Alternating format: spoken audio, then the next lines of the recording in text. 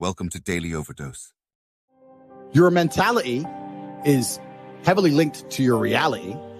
And the fact that most people have such weak mindsets comes from the fact that they have a weak life, a weak body, a weak social circle, a weak network, a weak bank account, a weak relationship, and then their mind is weak. Well, of course. Whereas if you had a group of soldiers around you, men who were dedicated, who would ride or die with you, if you were strong, if your woman would never leave you no matter what because she idolizes you, then your mentality would be strong. Your mind would be strong by extension. So if someone comes to me and goes, I doubt myself, I usually look at them and go, yeah, I understand why. You're a little fat piece of shit. You're stupid. Of course you do. Excuses sound best to the person that's making them up. Stop feeling sorry for yourself. Get off the pity potty.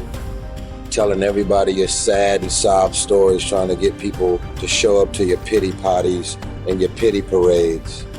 If you ever see me in a Rolls Royce, a 6 or 7 star hotel, living my life to the fullest, don't get jealous of me, because I worked my ass off to get it. Nobody handed me nothing. Wake your ass up. Awaken the beast inside. It's game on. It's go season. It's time for you to take advantage of the access and the resources that you have in your country and your community. You got a problem with your life. You got a problem with your environment. Do something about it. If you want it, go get it. Every man understands you shouldn't be complaining about things you cannot change. You have to play the cards you're dealt.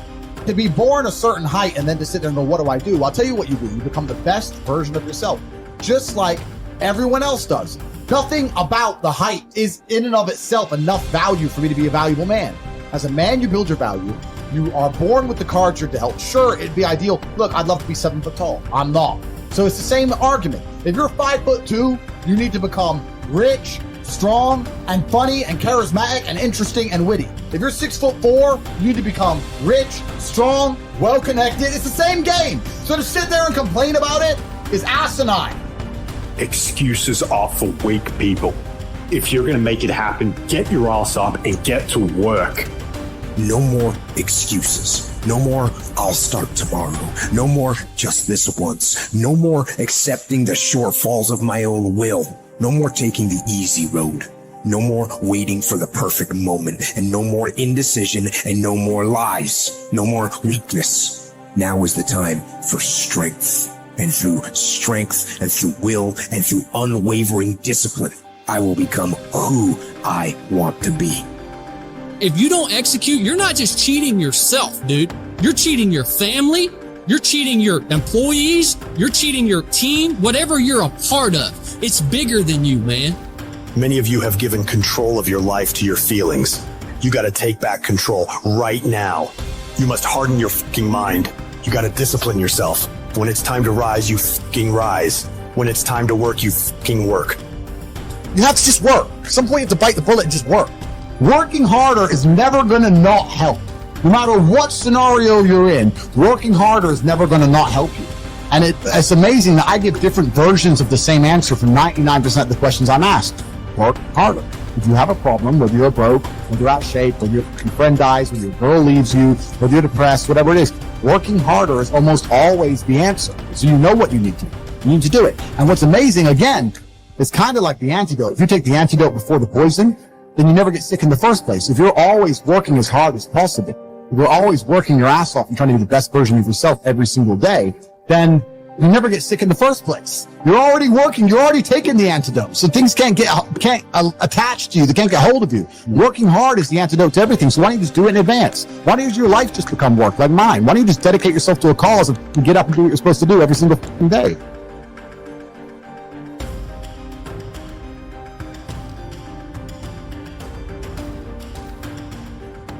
I want to talk to you today because I hope that of all the talks that happen here, you forget about me, but that this changes your life. And I want to remind you of something as I begin today, that you were born to do something great with your life, that you're extraordinary. Listen to me, that you're enough, that you're special, that you're favored, that you're chosen, regardless of where you come from, regardless of what you've been carrying with you. Some of you come in here today, and you know what? You've even thought of harming yourselves.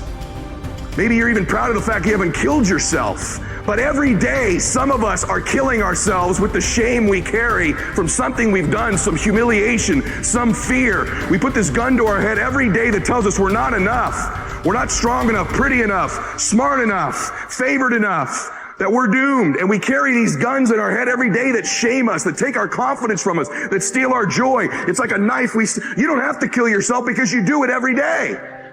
You do it over and over and over again. And there's a better way forward. You can put those things down in your life. You could decide today that you were born to do something great. You could set aside this weapon that you keep using against yourself to hold you back from your joy, from your passion, from your achievement, from all the goodies in life. You could decide today, just intentionally, to set this weapon down, whatever it is. Something from your childhood, a divorce, a business failure, something you're just not proud of that you've done. Set it down. Stop using it as a weapon against yourself and realize that happened for you and not to you. I'll prove it to you. I'm a big believer in fake it till you make it. I don't want you seeing, people say, well, social media is so full of like these fake lives. People have always lived fake lives.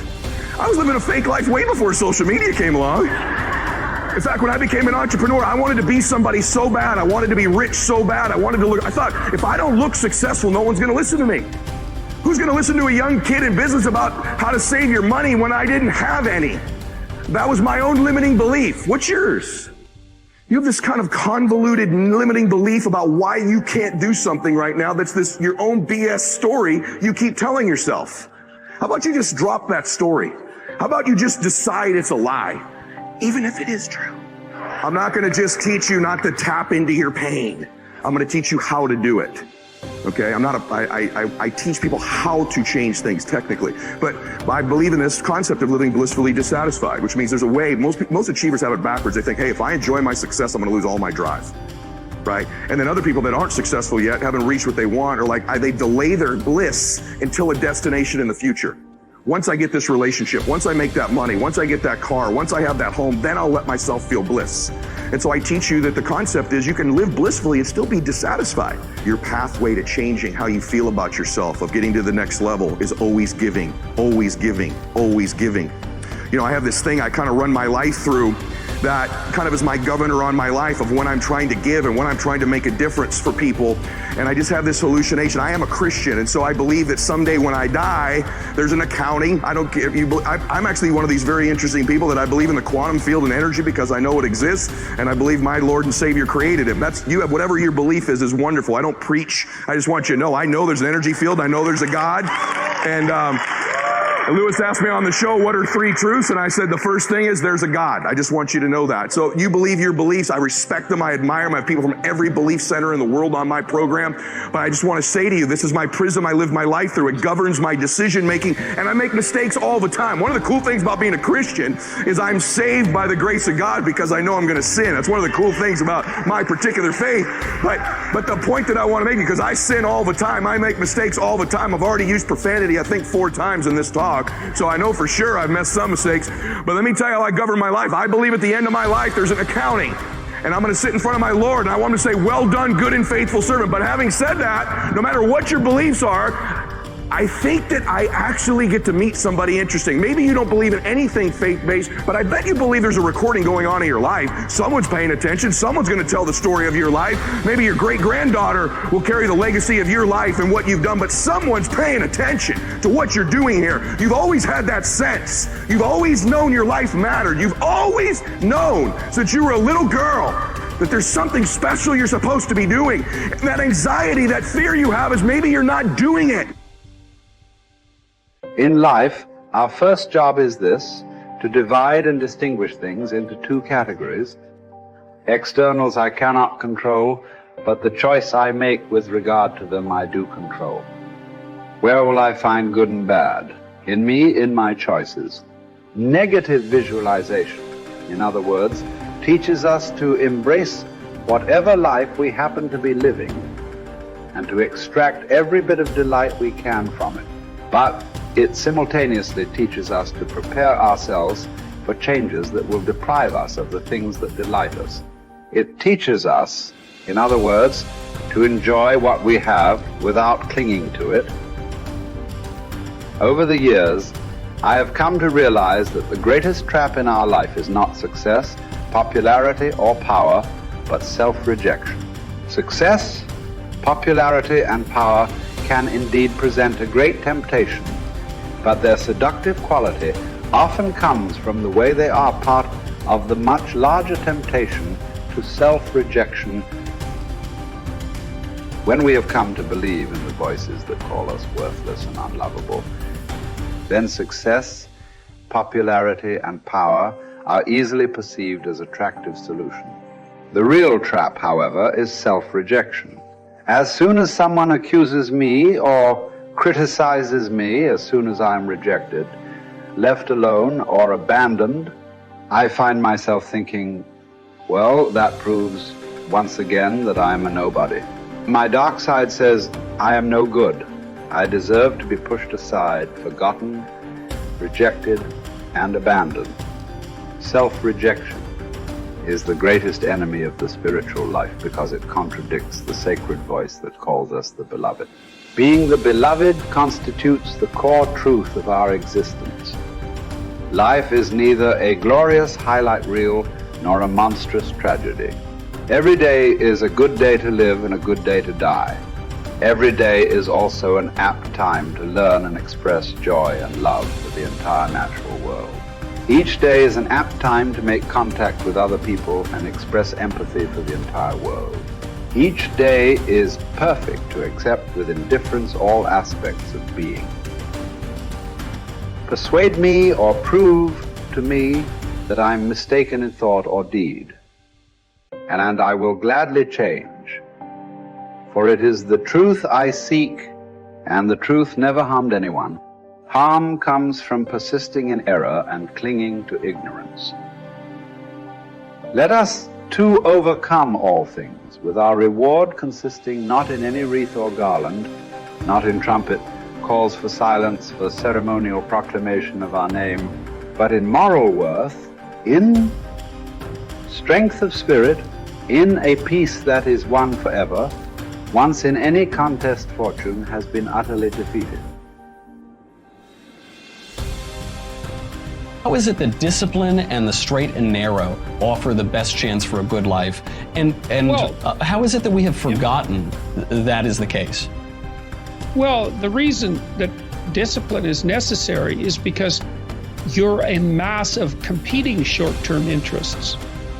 And so the question is then, well, which short-term interest should win out? And the answer to that is, well, none of them. They need to be organized into a hierarchy that makes them functional across time and across individuals. So like a 2-year-old is very likely to act out his or her proximal impulse. But of course, a 2-year-old can't survive in the world. You have to bring your primary instincts, let's say, under the regulatory structure of a higher order value system that allows them to manifest themselves without undue mutual sacrifice across large spans of time in the presence of large numbers of other people. So that requires a very sophisticated ordering. It's like, we already talked about the fact that a meta-narrative is necessary to unite subcultures, say, so that they can operate peacefully and harmoniously within the same space. The same thing applies within you, because you're an internal coalition of warring single-minded tribes, and they have to all be brought under the organizational structure of long-term collective vision, let's say. Mm-hmm. And in order to do that, you have to be disciplined. And any discipline,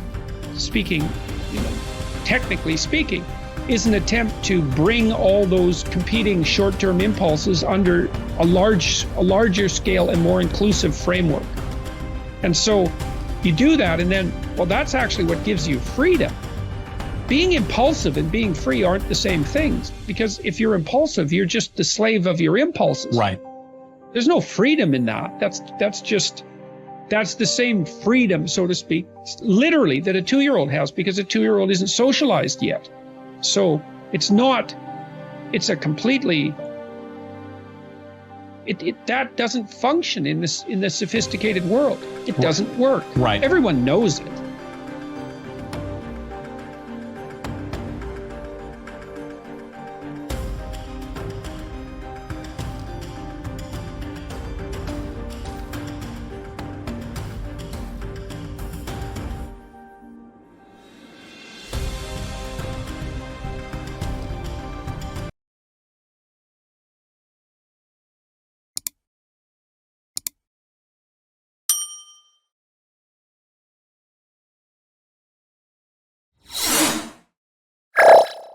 Thank you for watching our videos. Please like and subscribe to our channel so you won't miss another video.